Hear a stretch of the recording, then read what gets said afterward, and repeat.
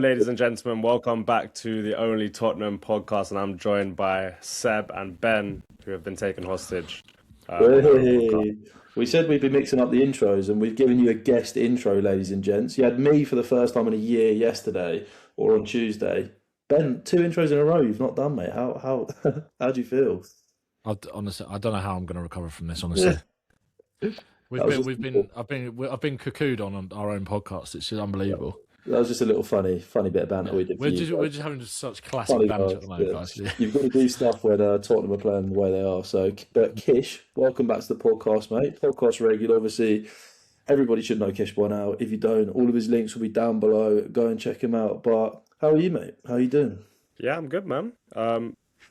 Not so good around Spurs, but yeah, Yeah. just surviving. This January is the worst month, I think. Yeah.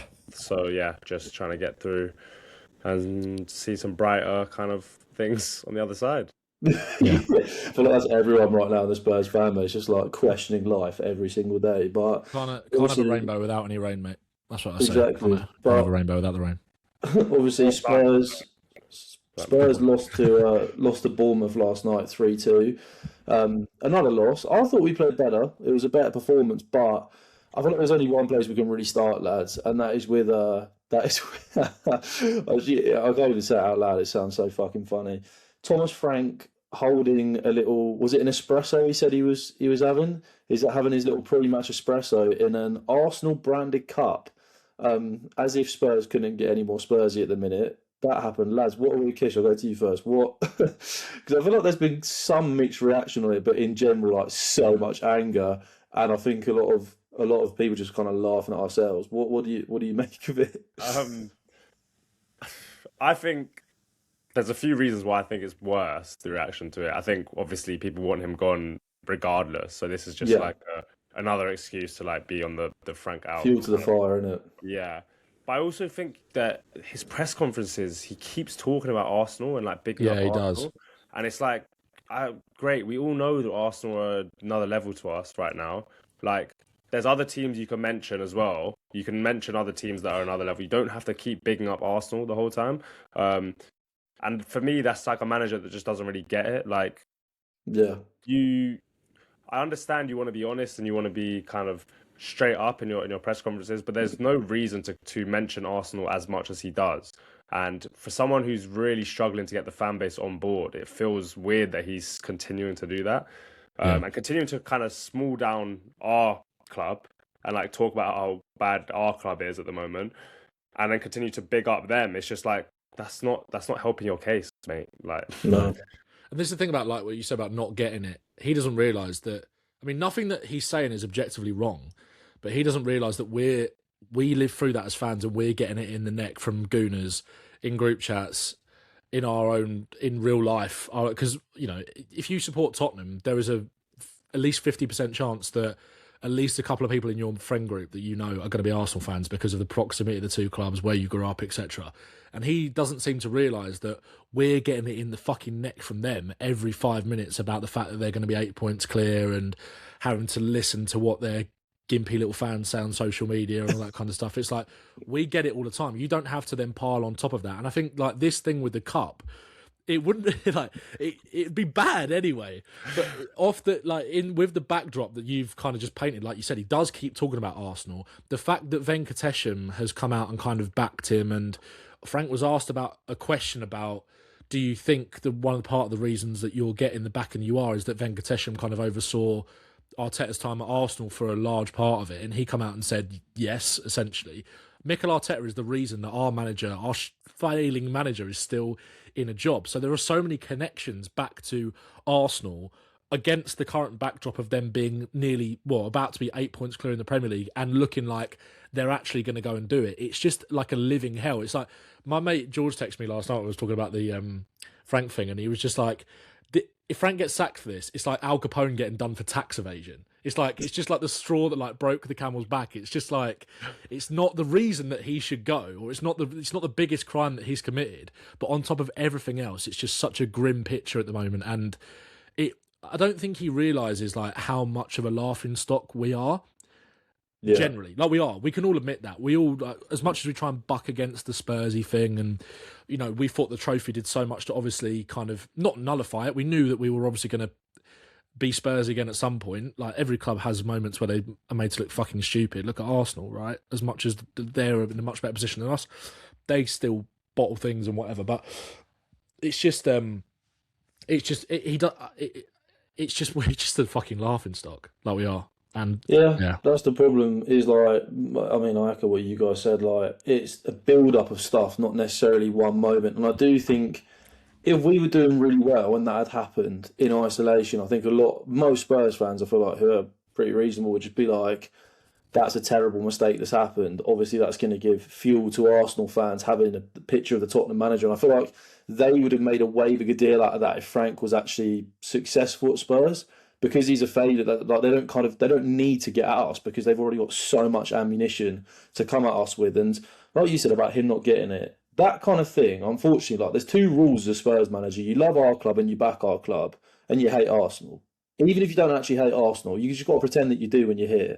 And that's just one of the rules of being a Tottenham manager. And like you said, but the way that he speaks about them, that kind of mistake, honestly, I'd have rated it so much more of in his presser, right? I don't think necessarily what he said in his presser afterwards was wrong about it was just a mistake. Like, why would I do that? And I do think he didn't realise, because yeah, of course honestly, that would just be crazy if he did realise. It'd be like he wants to get sacked. But I also just think, can you not just come out and have a little bit of a laugh at yourself and just be like, oh, that was, I know, obviously, like, that's just the worst mistake you can make as a Tottenham manager or something. Like, I can rightly be ridiculed a little bit for that. And, like, I understand that that's like an unacceptable mistake, whatever.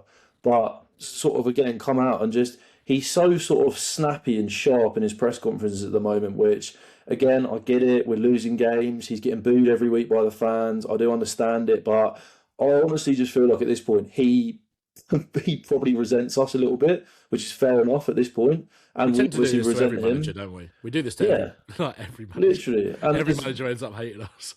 And this is the thing, we are a volatile fan base. I feel like most fan bases in the Premier League are, especially in the modern day. But I do feel like we can especially be like very, very volatile towards managers that we want sacked or whatever. And I feel like because we've suffered so much as a fan base in terms of sort of the hope and expectation over the years and just failing time after time, apart from last season, it does make us more sort of touchy in situations, I think, and more just almost so desperate to taste success and to stop failing as a football club, that every time the manager's the easy target, you can see what we can have with a manager, like with Pochettino. Like we adored Pochettino as a fan base, and he got unanimous love and backing constantly. But I honestly already feel like Frank's past that point. It's almost gone past the point of no return, and those kind of things, you can't make that kind of mistake when you're in the position that he is currently in, because you're giving ammunition to absolutely everybody. And I feel like after last night, it's changed from, a lot of people are wanting the manager gone, but the noise is, I'd say, quite a bit more quiet after games recently. But then after last night, it's like it all just completely exploded. And I mean, I guess we are all Frank out, all of us here, but my feelings have become so much more kind of strongly towards that way in terms of like vocalising it after last night. I don't know how you feel, Kish, but I'm just like, yesterday's just done it for me, really. Yeah, I think it's at the point now where, like, I wouldn't be surprised to hear boos like earlier than the full-time whistle. Yeah. Regardless of performance, I guess. I think, well, not regardless of performance. Obviously, if the performance is very good, but there isn't going to be a very good performance under this manager. I genuinely don't think that for the rest of the season. Yeah. I can't see us dominating a game, especially with the injuries that are stacking up. And so I feel like anything we do get that's positive is going to be like a little bit positive, but there's not going to be any kind of overwhelming like support of the manager or support of this team in this setup. I do think like the way he spoke about it is like kind of fits how he's setting up his teams, in terms of like there's no emotion, like he doesn't get the emotion and the emotive side of football, and the kind of importance of like the feeling, and I think this is similar to how he kind of views XG and like football in general, how he wants it to be so structured and minimizing risk and maximizing the control of every moment in terms of like setting up all your set pieces, not allowing your players to take shots from distance, allowing the opposition to take shots from distance. It's just like very like robotic style football. Even like with the the thing I've talked about for weeks and weeks and weeks, that Porro pass to Kudus. So many moments at the moment where I see Porro get the ball and there's space in the midfield, like to play forward but through the center. But it's like, no, you're not allowed to do that. You just ping it. You just ping it He's down like playing on like autopilot, isn't he? Yeah, So and it feels like that is similar to how he deals with the media. It's like, I don't allow any expression. I don't allow any kind of personality or freedom to express yourself in terms of players aren't really allowed to make the decisions that any natural footballer in that moment would do. Like, this is a pass that's on, you should just play that pass if it's a better pass than the one that you're being instructed to do. But it doesn't feel like the players have that autonomy. But I also think then the players have to take some responsibility there in terms of, you're professional footballers. You've got here for a reason. You're good enough to make the right decisions that go against sometimes what you're being told to do. But I think it's done now. Like we're just waiting for it now. I just want to kind of piggyback off the back of that. This is where I think you do have to look at the players as well, because especially when the last coach in Ange did encourage a lot of freedom, there was a clear structure within that, but he allowed those players a lot of freedom to kind of play. It would just might be like, I remember Maddison speaking about it on Monday Night Football in terms of the structure in which you build up. It was always kind of the same, but you'd see players popping into each other's positions to try and pull the opposition about. And if you felt like you needed to go on a run, or you felt like this pass was on or this pass was on, it's not always we build up in the same way. The structure's the same, but you have to make the decision in that moment to feel like what is best for the team. And it feels like the players just aren't doing that. And maybe that's because they've been overcoached in terms of rigidity and the structure, and so militantly, like, this is what we do every single time. But they've got I look at these players and I do question, and I think when you get into this, like, such a dire state as we are now, all of the kind of generic things get brought up about mentality and whatever, all of these kind of big buzzwords kind of come back. But if we were to genuinely get in a relegation battle, there's not many players that you'd want to go to war with in the trenches, is there, when you look at this team in terms of the mentality of the group? They've got to have a big look at themselves as well. Like, some big characters in that. And I think it's a good segue to talk about one of the only real positives last night in Matisse Tell at some point further down the line, in terms of, I think, his mentality as a 19-year-old or 20-year-old who's been through a hell of a lot of turmoil so far at Spurs. There's a lot of players that need to kind of look at him. But yeah, I think you're right, in the sense that everything that Frank does and says feels so robotic. There's no leeway or room for any understanding of any.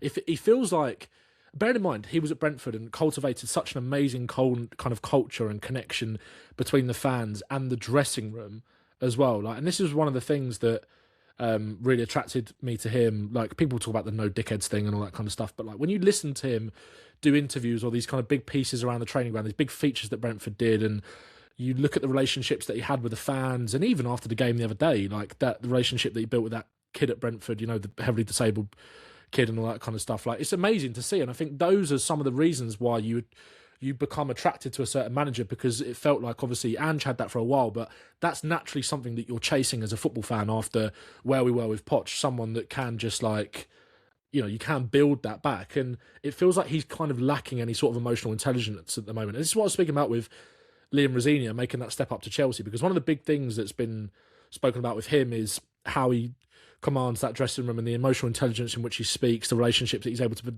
develop with his players. He's a very empathetic young coach who understands people and understands that. When the pressure cooker kind of gets dialed up at a football club, that will go out the window, because you're kind of, then if you're, I don't know, it's like you're kind of lost at sea and you don't really know how to kind of get back. And I feel like that's almost where Frank is right now. He's lost that ability to articulate himself kind of coherently, and also with any real sense of emotional understanding of how the fans are feeling, it feels like. Right, sorry about that, lads. If my audio was a little bit messed up at the start, my microphone was unplugged, so high level production podcast over here. But I think we should move on to talk a little bit about something more positive. Obviously, there is still a bit of negative that we are going to touch on later on, but a positive for me last night, I know you briefly mentioned it, Ben, talking about mentality. Matisse Tell, for me, I think we've bigged up some performances from certain players this season that I think the bar's been quite low, and in terms of the actual level of performance, it's probably been quite low. But Matisse Tell last night for me was, I think it was like an 8, 9 out of 10 performance. The goal, obviously in the first 5 minutes, was an excellent finish, sort of cutting in from the left-hand side, did so well there. So many moments where, and it's not really something I associate too much with Matisse Tell, where he would get the ball, beat his man 1v1, he'd sort of drive inside the pitch, go on the outside, he got his fullback booked, he was constantly winning fouls and sort of dragging Spurs up the pitch, producing moments of quality. He should have definitely got an assist. In that second half as well, that ball that he put in that the Bournemouth player nearly turned into his own. From open play and from dead ball situations. Exactly. As well. I mean, just forcing the issue really for Spurs and being sort of the most brave player. And I spoke about it in a video this morning where I said the adversity that he's had to go through this season and deal with in terms of being left out the Champions League squad, constantly having setbacks in terms of minutes and game time. I think to come out of that the other side and to still be performing and to never kick up a fuss and to just be a consistent for Spurs in terms of every time he comes on the pitch, you know what you're getting from him. You know you get a kid that is going to work his absolute socks off and give 100% every single time, no matter his situation. And now his quality starting to shine in a performance like last night. I thought that was so pleasing. In general, Kish, how have you felt about Tell this season and sort of the performance last night? Were you expecting it, or is it something that's come as a bit more of a surprise? Before the season, I really thought he would kick on this year. I thought he would make that left wing spot his own. He hasn't really had the minutes to do so. Exactly. Yeah. He's had some rough performances early on, but then since then didn't really get much minutes. Then obviously recently, I think he's been pretty bright. I mean that goal is his bread and butter. Like that is what he is. The ability to shift and get shots off is what he's good at, and like that is such a useful skill to have in a forward and something that we don't really have in the team. I also think there's so much to be said about his intent in terms of those, not just 1v1s, but just attacking situations in general. If you have the intent and the confidence, you can put a defender on their back foot so much more than if you're like tentative with it. I think we constantly, not to draw out Brennan Johnson because he's obviously left now, but I think that was so much what I always thought about Brennan Johnson is like, you don't have to be this amazing dribbler. You don't have to be this like really, really technical, talented player to be at least a little bit of a threat from those attacking situations. You just have to put defenders on their back foot, drive at them with speed, drive at them with confidence, and put a little body feint in there, and you can get that separation. And because Tell doesn't really need to beat his man fully all the time, all he needs is a yard. He just needs a yard to get that shot off, and if he's in and around goal, he doesn't need to. If you look at someone like Savinho or Doku, you want them to get to the byline and get that 1v1 in their locker. But with Tell, it's just getting a yard off, so he can use that shooting ability that he has. And all that you really need with that is a bit of explosive kind of stop, then start really quickly, and then just get those shots off. And it's quite simple, but it requires the bravery and the kind of mentality that Tell has to want to constantly try those things and have the confidence to take it on himself. And I think now is the first time we've actually seen him with a bit of confidence. I think he's probably built off last game where he was good. And he also did the whole lap of the stadium. Seb, I was sitting with you. Yeah. And the whole crowd actually clapped him off. Yeah. Definitely. I think that was at 1-1. Was that 1-1 or we were winning at that point? I can't remember. I think it was just after the goal. Pretty sure it was just after the goal because fans were annoyed. A little bit of like a scuffle, didn't he? It all sort of boiled over a little bit after a couple minutes after the goal. Something happened. I can't remember. But I'm sure that gave him extra confidence and his performance as well. And then yesterday we're seeing him with even more confidence. And I think this is the other thing that Frank hasn't helped himself with. Is like when players are playing well, you need to use that momentum. And I think, especially when you're Frank and you're like really struggling, like you're really struggling, there's little small things you can rely on to try and turn the tide. And like one of those things I've always thought is using momentum of players' form. Like most players in this team are out of form. There's a couple that throughout the season have found a bit of form and he hasn't used it. He hasn't used that kind of momentum and that continuity Yeah. to kind of harness something. But also the other thing, and this is a separate point, but I always think when managers are kind of struggling, they shy away from maybe integrating young players, and I understand that. But that's another thing. Like, fans love to see academy players get, just a few minutes. And I know we haven't really been in situations necessarily where you can blood young players through, but I always think that's such a good way to try and build a connection with the fans. And Pochettino did that so well early on, and did it for a little bit as well. And it really does build that connection back up. And it's not to say start Luca Williams-Barnett in the 10 in the Premier League. Like, it's just 5 minutes here and there. It just gets that excitement back in the crowd in a really low mood that we're at right now. It's something to hold on to, and I don't think he's done either of those things, along with a lot of other things he hasn't really played into, which I think could have helped his case a little bit. Yeah, I agree, and I think that obviously you referenced Poch at the end of it. I think the problem for Frank is that Pochettino used those young players at the start, even when results were poor, because they fitted more into the identity that he wanted to bring to the team in terms of the energy, the hunger, that desire, that ability to get about the pitch and just show a bit of bravery. Whereas I don't think, and I've said this before, and I think it's one of the reasons I got it so wrong about Frank, is because I was, I think, so blinkered about the flexibility and the tactical awareness and the personality that he could kind of bring to the football club in terms of like his own, as we just kind of spoke about before, that he's not doing at the moment. But I think where his tactical identity was so actually wrapped up when you look back at it in what Brentford were in the Premier League in terms of their ambition and just trying to stay up. And I think obviously when you look back at their team in the Championship, they did play with a little bit more freedom, bravery, a lot more quicker football kind of playing through the lines and stuff. But I think Frank's not using these young players because they don't really fit into actually how he wants to play football at this level, even though they are if you look at Bergvall, and we spoke about Bergvall a lot in like the last pod, for example, Tottenham's biggest issue this season in terms of chance creation, everything else has been progression. We ranked the lowest out of any team in the Premier League for through balls so far, and I know Bergvall isn't the greatest line-breaking passer in the world necessarily, but it's all about what you said with Tell just then. It's about the intent. The fact that he plays with his head on a swivel. He's kind of constantly scanning what's around him. He has a good awareness. Sometimes, yeah, he can be a little bit ill-disciplined at times, but that's the rash naivety that comes with young players, especially playing in midfield.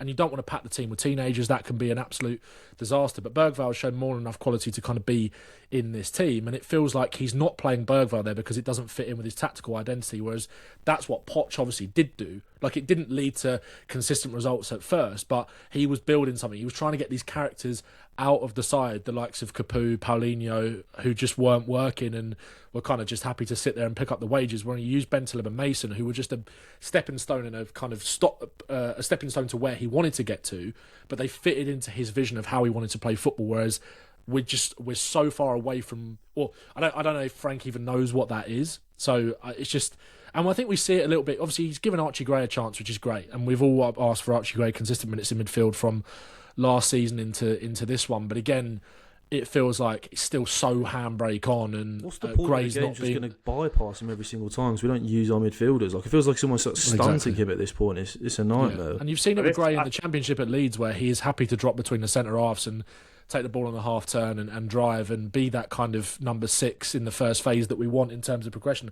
I don't know whether he will be that player in the Prem, because obviously it's a huge step up and he needs a lot of time to do that, and maybe he will work better as a kind of more a box-to-box kind of midfielder with the energy and engine that he's got and quality on the ball. But yeah, it just feels like where Frank doesn't know he doesn't have an identity, he doesn't have a philosophy really.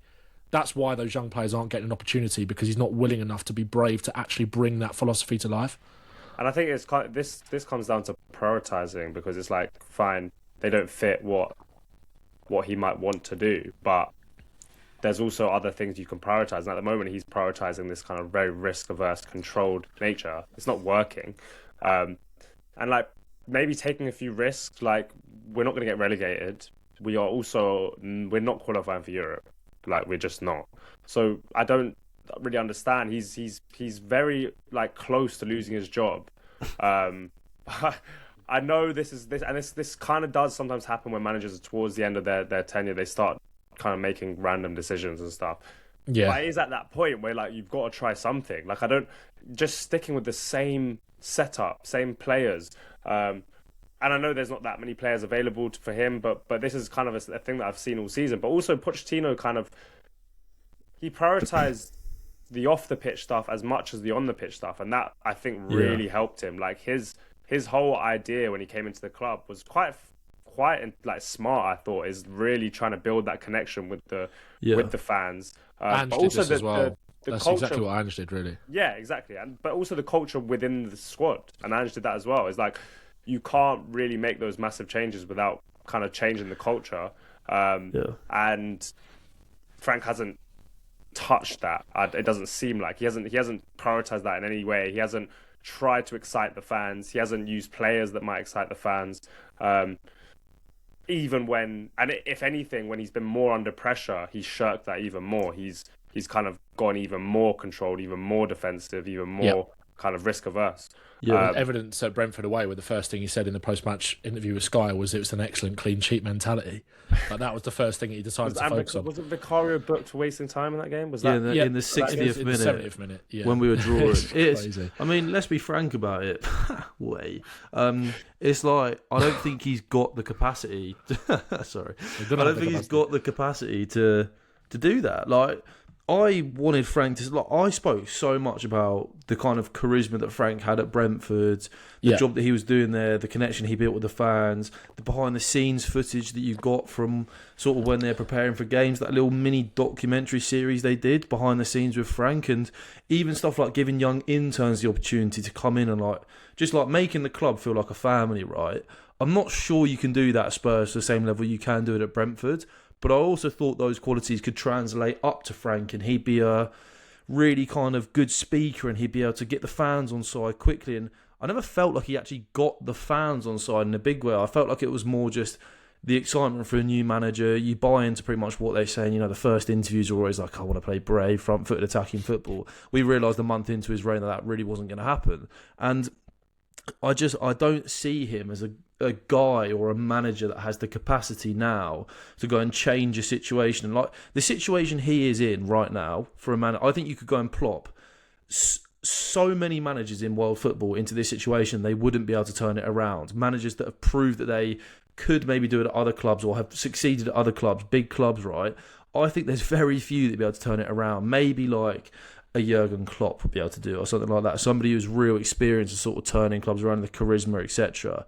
But Thomas Frank has not proved he can do that before. He's now in one of the most toxic situations I've ever seen at Tottenham, and he's not showing any signs. There's no green shoots in terms of where he's going to turn it around from, like you said, either on the pitch or off the pitch. Like I looked last night, right, at the footage of them all walking over to the fans, and it's very difficult for him. I do genuinely feel a little bit sorry for him in this situation, in terms of that must be just the most horrid experience, walking over to a couple of thousand people who are just booing you and telling you to fuck off and telling you to go do one. Isn't it? It happened with Ange last year at Bournemouth. Yeah. And that must be like a horrible experience to go through as a human being, and we don't know that because we've never been through that and probably never will do, right? But I feel like the way I saw him when it was the video of Mickey van der Ven when he was beefing the fans, which I feel like is probably something we should talk about as well. But Van der Ven was kind of beefing the fans, and I was watching Frank in a sort of melee behind it, and you could tell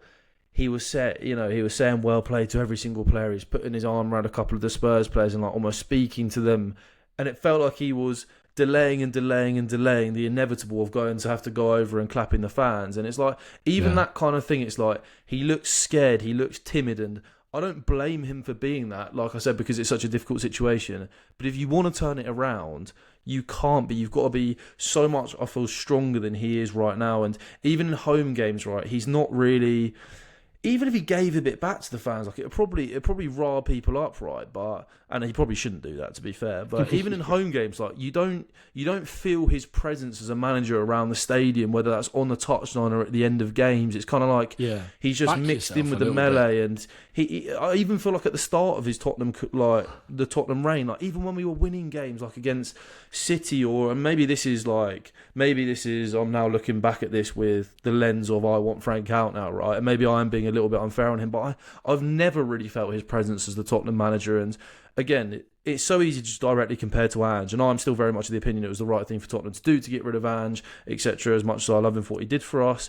but you never felt that with him. You always felt Ange was there. You knew exactly where he stood on things. You felt his presence in the stadium in a big way, whether that was at the end of games or during games. And I know that he was criticised at times for being passive on the touchline, for example, but even in the early days, like those clips of him screaming at players to pass the ball forwards, like I feel like the only thing I know about Thomas Frank is that he chews gum like an absolute maniac. Like I'm genuinely shocked his jaw is not broken.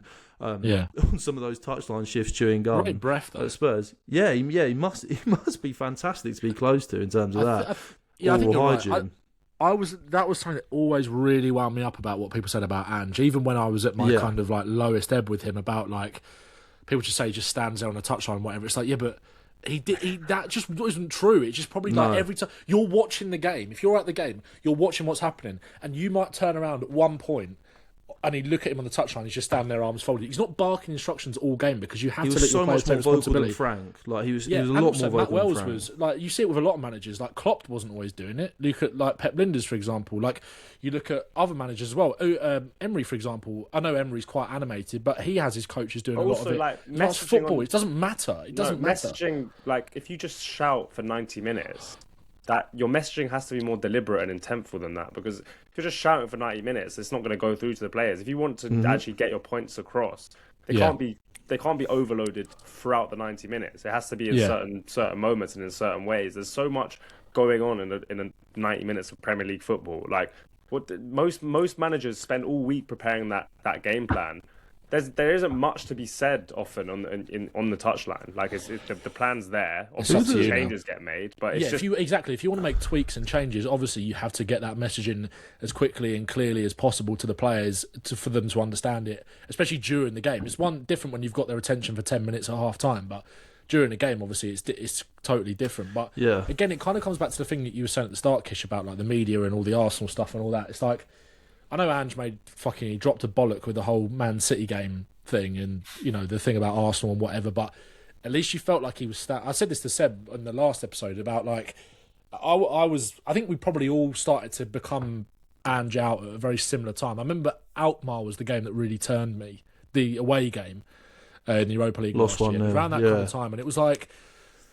But even then, like, even when you went into a Wednesday or a Thursday... before a game at the weekend, and you listen to the press conference, and it was like, I really don't believe in you, but I agree with everything you're saying. Like, you've just got that, like, Ange has got that. He can put his balls on the table and say, like, I'm here, I'm gonna back myself, I'm gonna back this club, I'm gonna back my philosophy.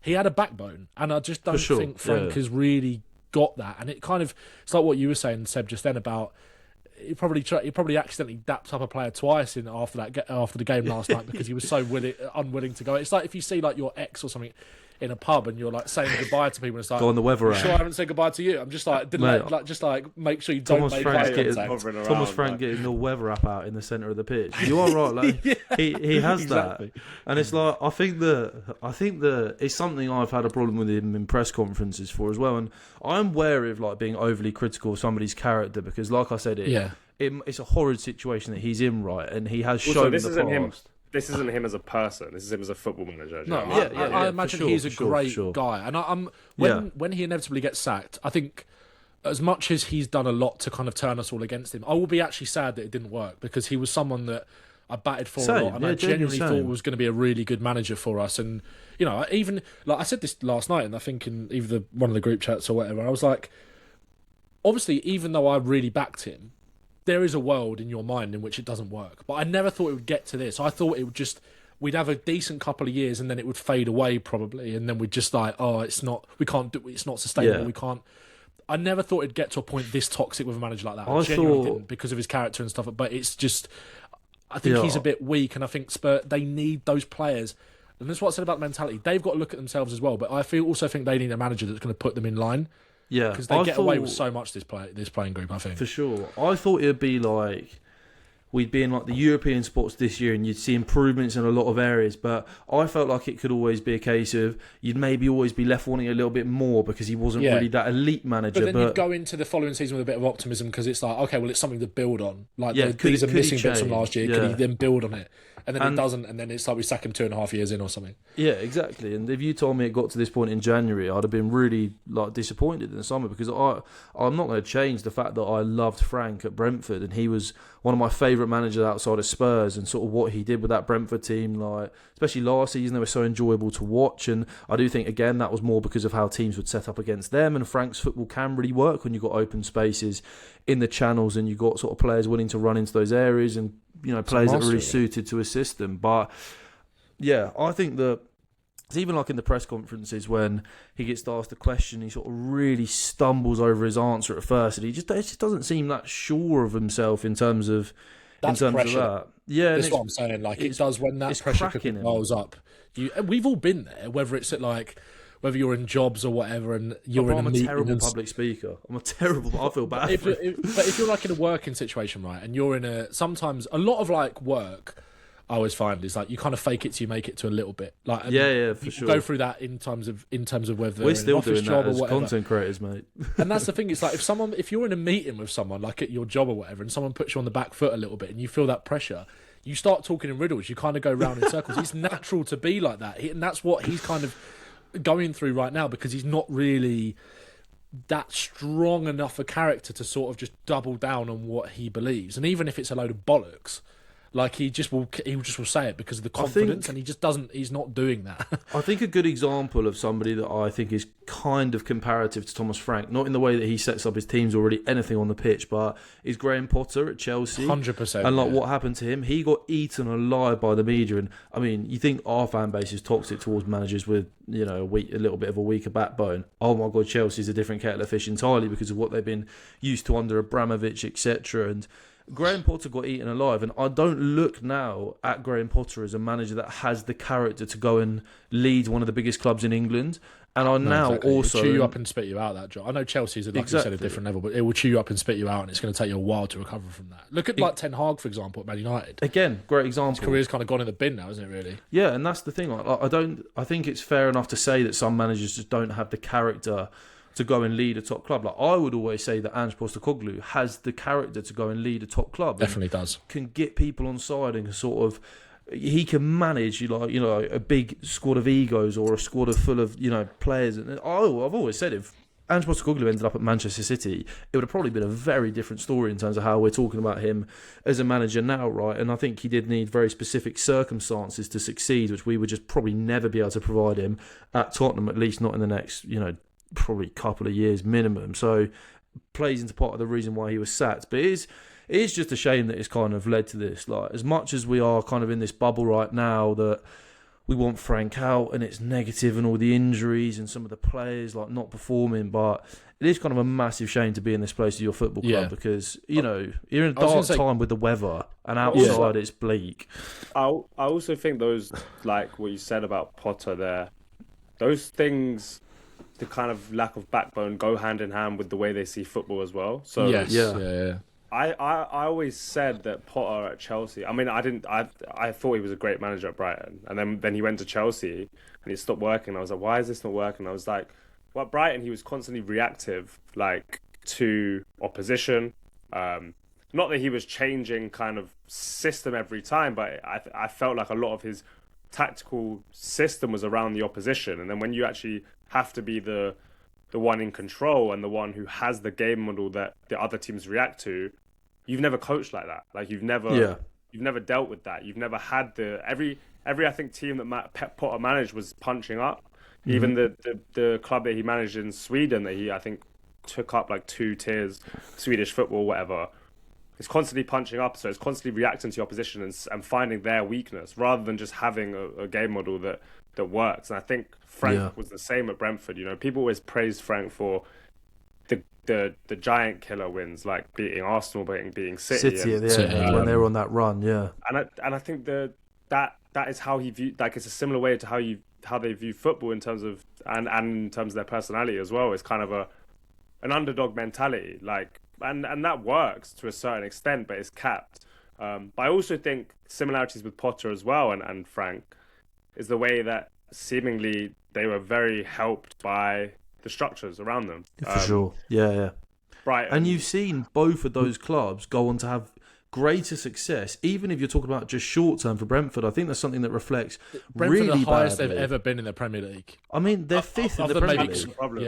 Other than maybe excluding like winning the first game of the season or something Frank like that. was holding them back, genuinely. I mean, you got his set piece coach has come in there, and I know that they may not finish the season in fifth. I do think Brentford have played some torrid football at times this year, and I do think the Premier League in general, you're a couple of weeks away from being 14th if you're fifth right now, right? But it does reflect badly after losing Mbuemo, Visser, Norgard as well, and not like really replacing them with much quality. Like, I know that Igor Thiago was signed last summer and they knew that he would break through, but Dango Ouattara, like, was he an upgrade on Mbuemo? Definitely not.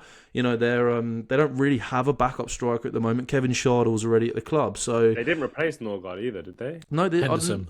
Yeah, Jordan Henderson, yeah. Who's been good, but is he a better player than Christian Norgard at this stage? I don't think so. But again, it's smart recruitment for where they're at. It's like you probably couldn't have. Henderson was a good signing. Yeah, Henderson was a great signing. You couldn't have probably found a better replacement. Like, he's probably better than Norgard. But interestingly, now Janelt has kind of taken that role from Henderson and been outstanding for them in the past couple of weeks, and it just shows that kind of the squad that Brentford had in the recruitment. Maybe this is where what it all comes down to. I think. At the end of the day, like, you can have whoever in charge, and 100%, I don't think Frank is the right person in charge. But if you have the right structure in place, you're very close to where you need to be. Like, if you have the right recruitment, both in terms of managers, but also in terms of players, and not just recruiting in a certain window, but also having kind of thinking 2 windows ahead, which is what a lot of these clubs do. It's like, okay, this player might decline, or this player might want to leave, or this player. He's really young, and in a year's time, he's going to be ready to play in. So do we cash in on this player so that he'll be ready? All those kind of forward-thinking, planning things that, to be honest, like, seem so simple. Like, not so simple, but it seems like just every club should be doing that. We're so bad at. We are so behind in every position. We never buy until it's emergency to buy for. And then we're never prepared for when a player might get injured. Also, we don't even do that. No. Like, we don't even look at left back. We haven't signed a left back for 4 years. So this is we signed it in 2022. This is a great point, because I do think we should sort of talk about before we end and do Can a I little just say one more thing? Can I just say one more thing on that quickly? Is that you're totally right, and other clubs should follow that. Like, they should be, in terms of their planning and their forward thinking, absolutely. But you look at Chelsea, for example, in the model that they have kind of tried to take. They have tried to do absolutely everything that Brighton have done, for example. But when you marry that, you can't marry that up against the expectations of a trophy-hungry fan base in Tottenham, because we've been so starved of success, even though we've had it kind of dangled under our noses. But Chelsea have been there and won the lot, and it's like that. That's why their fans are so.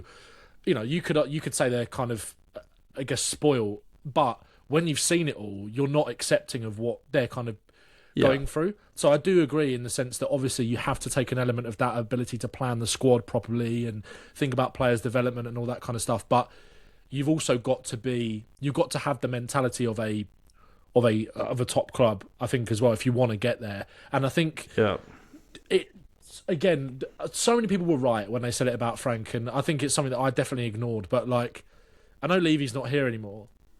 But when you think about it, and hindsight is 2020, Frank is also the perfect kind of manager for a club like Tottenham in terms of what they want to do, because Levy and Enoch were trying to play Moneyball for a long time. Like, they were trying to do that. And it's why Chelsea have gone for the likes of Rosinia, and obviously Maresca, even though Maresca kind of butted against, Maresca felt like a Chelsea manager, really. Yeah. But certainly with Rosinia.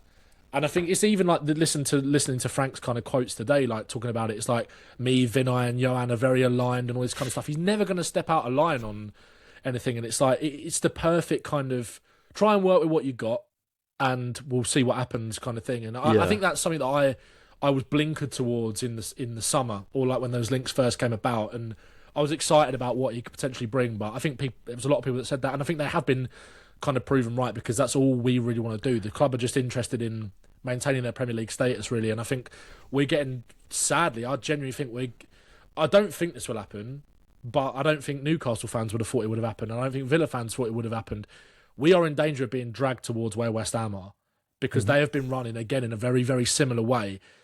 But it's unacceptable what's happened at Tottenham. And it's not just about Frank, it's about years of poor recruitment, and not even necessarily poor recruitment in terms of the quality of the players at times.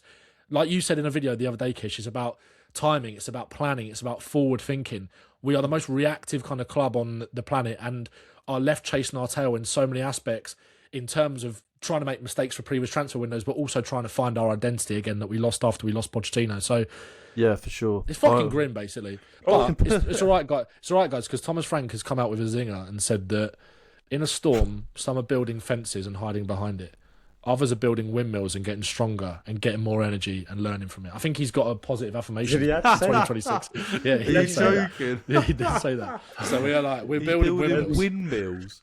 I mean, is he building a windmill, or is he the one hiding behind the fence? Personally. Yeah, I see a lot of flipping fences. Yeah, but this is see a lot of splinters in his arse from fucking sitting on the fence at every opportunity. So this is what I wanted to kind of end on before we do a small preview for the Aston Villa game on Saturday. Is which is bleak, but the Romero quotes from last night on his Instagram. Obviously, he's now edited it and changed it back. Romero. Yeah, he's edited the caption. I imagine he's just been told by like some higher up at Spurs that you got to change that right now, mate. Otherwise, I mean, what are they going to? That was another thing. Like sorry to interrupt you, but while we're talking about Frank quotes, he was asked about that, and he said he basically said that me and Johan had a chat with him. When you're a young leader, sometimes you make a mistake. Of course, it's good to keep it internally. Leader? He's 26. What? Won the fucking World Cup. Shut up, you. This football club just does my absolute. Is it a mistake? Like you could argue that Romero shouldn't do that, but I'm not being funny. You've not got the credit in the bank as a manager to then come out and call that a mistake. In an ideal world, he doesn't have to do that. And you don't want to see that from a player. But when we're in the situation we're in, I don't give a mate. All of them do it. Like everyone. In an ideal world, we're not in the situation that we're in, so he doesn't have to do it. Exactly. I mean, I fully back it. I mean, Romero's been disappointing this season in terms of performances. The bar is very high for him, though, in terms of, especially coming off the back of like the Europa League last season. I do think that his average performance is maybe viewed as worse because we're used to him being so good for us. But yeah, it's been a bit of a disappointing season from him, but clearly, this is a player that has been at Tottenham for nearly 5 years now. He knows exactly how the club is run. He's spoken to everybody. He knows the ins and outs. And if he is calling out the higher-ups, and if he is noticing it, then there's obviously a big problem behind the scenes. And I do, in general, think that what he sort of said about them last night, right, about the only sort of being vocal when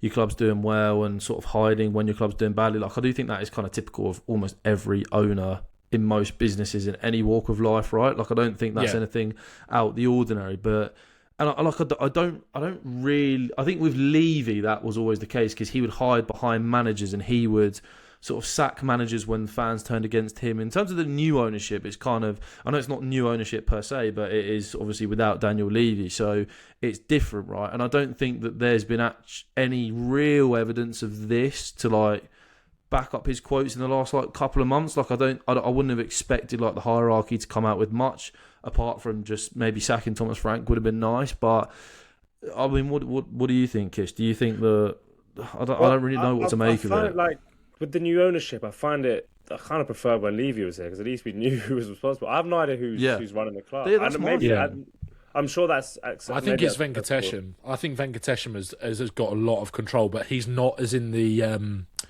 He's not. I guess because he's not been around as long. He's not as in the public domain, I guess, as Levy, or he's not in the firing line as much. But I think that pressure will ramp up because I think if with Romero doing this, I think this will probably ignite something further in the fan base to then start taking more shots at the board. And naturally, like you say, Kish, there isn't really a figurehead, it feels like, because Levy's gone, but Spurs fans will find one. And they'll probably make it Venkatesham, I'd imagine, or just the Lewis family in general. So I just think, like, this kind of post is the kind of thing you see. Well, I put a tweet out yesterday. You barely even see this kind of thing from like League Two conference clubs where they're like where their own players are calling out the owners. Like this is like some amateur twice, stuff. By the way. This is not the first time he's done this. But do you know what I mean? This is like a £1 billion institution. Like it's not just the local team. Like and this stuff like coming out again. It just shows how much of a shambles everything from top to bottom in this club is.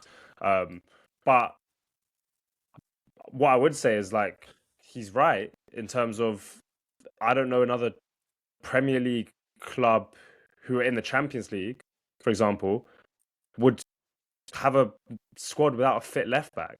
Like we don't have a left back. Like we don't have a left back. Our squad is slowly depleting. Like we are in a massive injury crisis.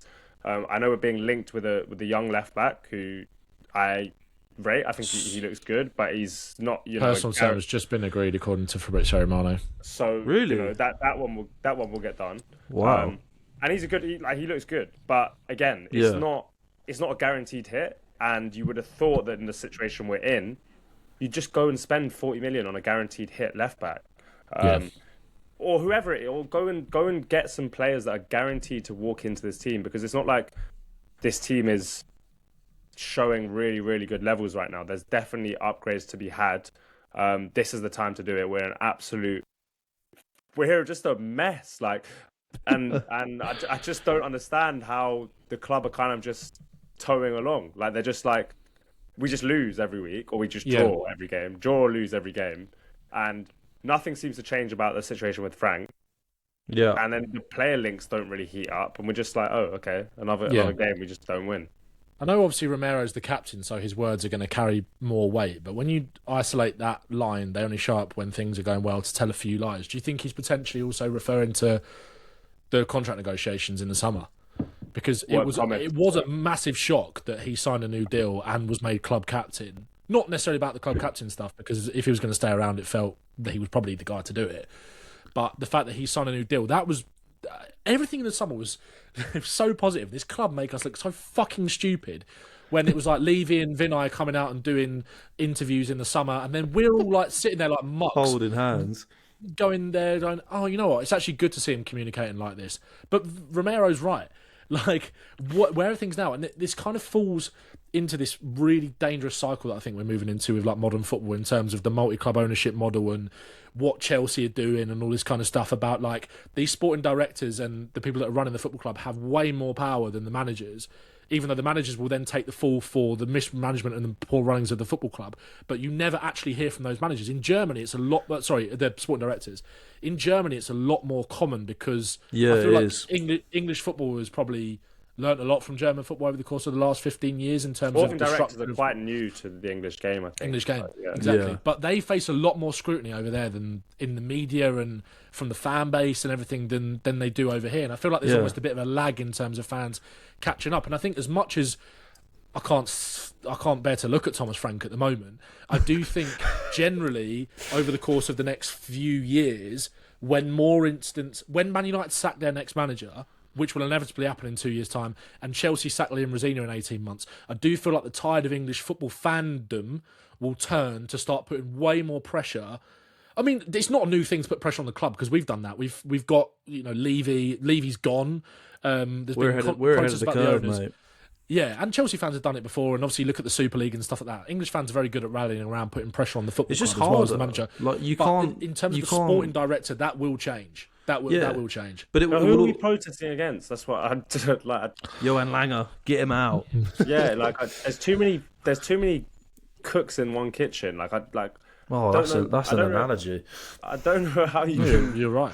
Too many cooks spoil the broth. It's the same at Chelsea. I hear from higher above. All these different young players are being suggested from different places, and they're just signing all of them. And it's like when you hear about you hear about what Spurs are doing and the goings on at Spurs. It's always like, oh, well, Paratici wanted this, but Langer wanted this, and then the decision was made by the club, and the club is just seen as this. Is there like a boardroom with like 10 people on there? It's like it is difficult as a fan when there's no target. Like that might sound bad in terms of there being an individual, but we need someone to blame. Yeah, I need Levy back just to have someone to be angry at. You know what I mean? And the thing is, when Paratici and Langer, that joint that promotion for Langer was made at the time that Paratici came back. That was so weird again. What's going on weird, there? But if you look at it on face value, you can understand potential. You're trying to draw your own conclusions, aren't you? And you're going, well, I think Langer's done well to identify good young talent so far, and I think there's been a lot of hits in terms of the signings, in terms of some of the signs that have been shown so far, but also the potential that is there. Like, I don't think we've signed many bad players under him. It's maybe there's been areas where we've failed, obviously, but in terms of, and this is what I was talking about earlier, in terms of the recruitment, I don't think we've signed a load of bad players. I think it's just been wrong player, wrong time, not capitalising on momentum, all that kind of stuff. And that's existed before Johan Lang anyway. Like, go back to Baldini and all these other sporting directors that we've had, and Paul Mitchell and whoever.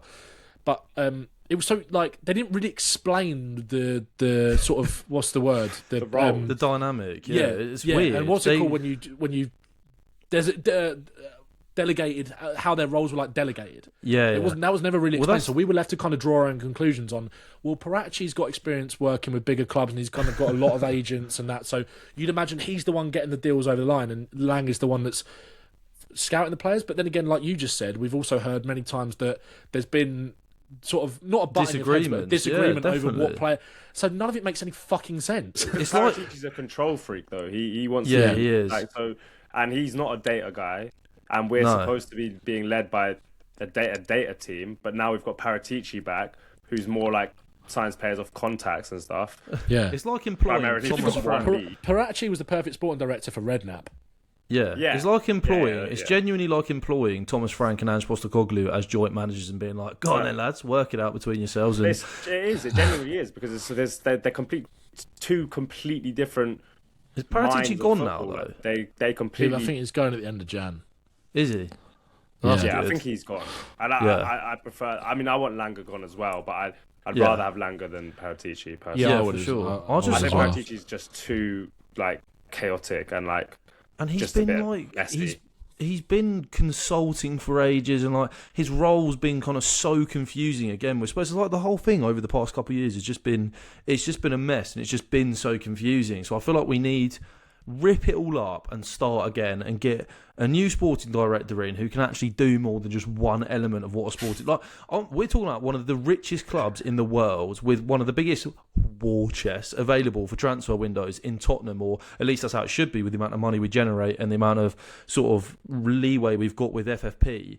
And you can't even employ a sporting director who can just do his job. Like, why is Paratici good at one thing but not good at others? Langer's really good at one thing and not good at others. It's like, why do you need two people? I mean, even from a business standpoint, that's so backwards. You're employing two people and paying them probably huge salaries to do one job when you could just employ one bloke who's actually decent at the job as a whole. It makes no sense. Like, what other club have you seen in the Premier League that would employ two sporting directors, one of them that had just got out of prison fresh from a ban in Serie A because he'd been doing dodgy deals with Juventus? Well, this is why I think Paratici will be sticking around probably to the end of the window, because it's like, well, we did you a fucking favour by standing by you, and you've kind of got to help us out in this January window, and that's when he'll go.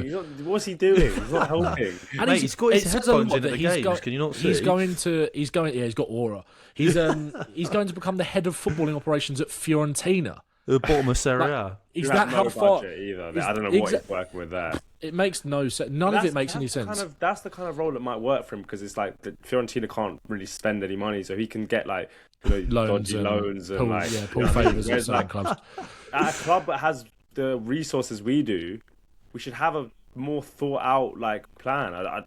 It's just a mess from I look forward to the Fiorentina 2-year transfer ban in a few years' time. Fabio Paratici is like genuine. Like, he feels scatty in his approach to being a sporting director. It's like the constant turning up at games in suits that it looks like he's slept in with his headphones in, constantly chatting on the phone. It's like, surely you should be a little bit more organised than this. And it's like, but surely also you shouldn't need to be on the phone every minute of every day. It will always kill me watching back those clips of Hitchin and Paratici in the dugout of Spurs, just absolutely giving it beans to the players. Honestly, it kills me every time. Get Steve Hitchin back. I hate transfer windows. That was so funny. I mean, we've imagine doing a documentary now. Imagine we had an Amazon Prime documentary now. It would be class. That would be pure cinema. I mean, that would be like the icing on the cake of everything that's happened over the last 18 months. I'd genuinely love to see what's going on in that change. Yeah, it's so interesting. I mean, when that happened with Mourinho, like, it just gave you such a deeper insight into what the actual goings on in the club, and like the way that the manager and players and Levy. I mean, the one I always found the most fat. This is going on a massive tangent. We will preview the Villa game in a second and then wrap up. But do we have to? Yeah, let's just wrap up.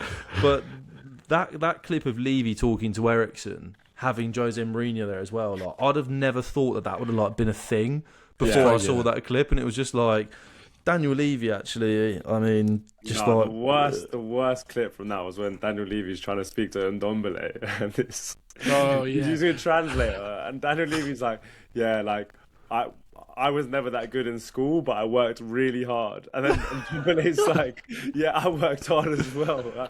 I became a footballer. I had to struggle my whole life. Why do you think I'm a professional footballer? And Levy was just not like they just were not on the same page at all. Like, yeah, I mean, was it like Dembele? Sorry, not Dembele. Wasn't it like Ndombele, Aurier, and Sissoko having like that barbecue as well? Like, yeah. That was so bad. That time at the club was like pure cinema. But it was. But bro, where were we finishing at that point? Like seventh. I think we finished 6th that season. Yeah, like, well, it was the winner away at Selhurst Park to get Europa League. Yeah. That killed me. It's crazy to me how like that 6th right now would be like amazing. Oh god, like, dreamland, yeah. I can't remember why. Kane and Son absolutely carried job for a few years, wasn't it? Like, I mean, having Harry Kane in the football club puts a genuine cap, a ceiling on, or floor, on where you can finish in the Premier League. And you don't finish lower than 8th with Harry Kane. If we had Harry Kane this season, genuinely, if we fully fit Harry Kane for this season, we'd be top 5 right now. With the state of the Premier League, we would. And then for years you add the probably most complimentary forward that you could ever have for Harry Kane as well, who's going to pick up off of everything that Kane did. So exactly. Yeah. So I mean, should we do a little 2-minute preview for the Villa game? I mean, I'm going to the game. I don't know if you boys both going or. I will be, mate. It's the day before my birthday. Come on. Oh, how old are you going to be? How old is Aunt going to be? It's not about how old you are, mate. It's how old you feel. Are you? That's what I say. 28. Touching 30. I'm 28. I'll be 28 on Sunday. Yeah. That is absolutely wild. That's dark. That is absolutely wild, mate. I'm gonna have to start looking for a new co-host soon, mate. You're gonna be in the grave. I'm gonna be in my 30s. You'll probably see Tottenham in the Championship, mate. That'll be a great way to start your 30s. But I will be there. It's an look. I've felt like the reason I'm going on Saturday is because it's an FA Cup game. For a fucking laugh. A boo, maybe. Yeah, but it's like I was going to ask about this. Boo the whole game. But it's like because it's one off and it's the FA Cup, and it feels like if we go at the FA Cup, genuinely season done, like completely finitoed. Mate, it's the magic of the cup. Anything can happen. I'll be up for the game and like desperate for us to win it. Not that I'm not desperate for Spurs to win every game, but at the minute in the Premier, it just kind of feels pointless. Whereas in the FA Cup, our recent history with Aston Villa, etc., does feel like a big game and a game that can kind of, if we win in the FA Cup, if we just stay in the FA Cup maybe until something changes, then that would give the new manager like really something to go for the rest of the season. Like if we lose on Saturday. Season's done. I'm going to boo louder than I've ever booed. It'll be the last match we have of like any sort of jeopardy this season. It'll just be like floating towards 15th. We might win the Champions League, but aside from that, what would you do if we won the Champions League? Would you if Frank won us masterclass? Would you? Yeah, finish 17th and Frank Champions League. What do we do? Give him another contract? Oh, mate, sign him up for 10 years. If we win the Champions League, that'd be magic. I can't watch his football for another season. I'm sorry. Kish would just be there at the pub when we win the Champions League. Like, he started pound. He'd be like, see, Frank will come out with like, season 2 is always better than season 1 or whatever. Just fucking.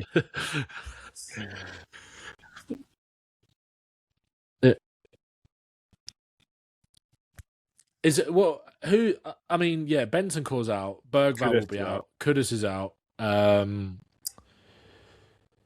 have more injuries than when we had the Hange. Like genuinely, potentially, yeah. Don't say that because that is an excuse for Frank. And if people get wind of that, then they'll say, "Well, you said about the injuries for Ange last season, so now got this." I'm like, we're fucking shit, mate. Ange didn't have Romero and Van der Ven. I'm sounding like that. You know what? Maybe just get Ange back. Fuck it. We didn't have Romero and Van der Ven for the whole season pretty much last year. Frank's had them two. That was what fucked us under Ange, not having them. If we'd have had Romero and Van der Ven fit for last season, there was no way we would have finished 17th. He's also had Kudus and Xavi brought in, so... I'm sick of hearing it, to be honest. I mean, Maddison and Kulusevski are absolutely huge misses, and Solanke is obviously a big miss as well, but you got what you wanted in the market. And also, Ange had Maddison missing for quite a bit, Kulusevski for the run-in of the Europa League wasn't really available, was he? I remember. Kulusevski got injured, he missed like a month, then came back. The AZ game, yeah. No, because Odebear was playing, wasn't he? And Odebear was fucking cooking against AZ Alkmaar. Come on.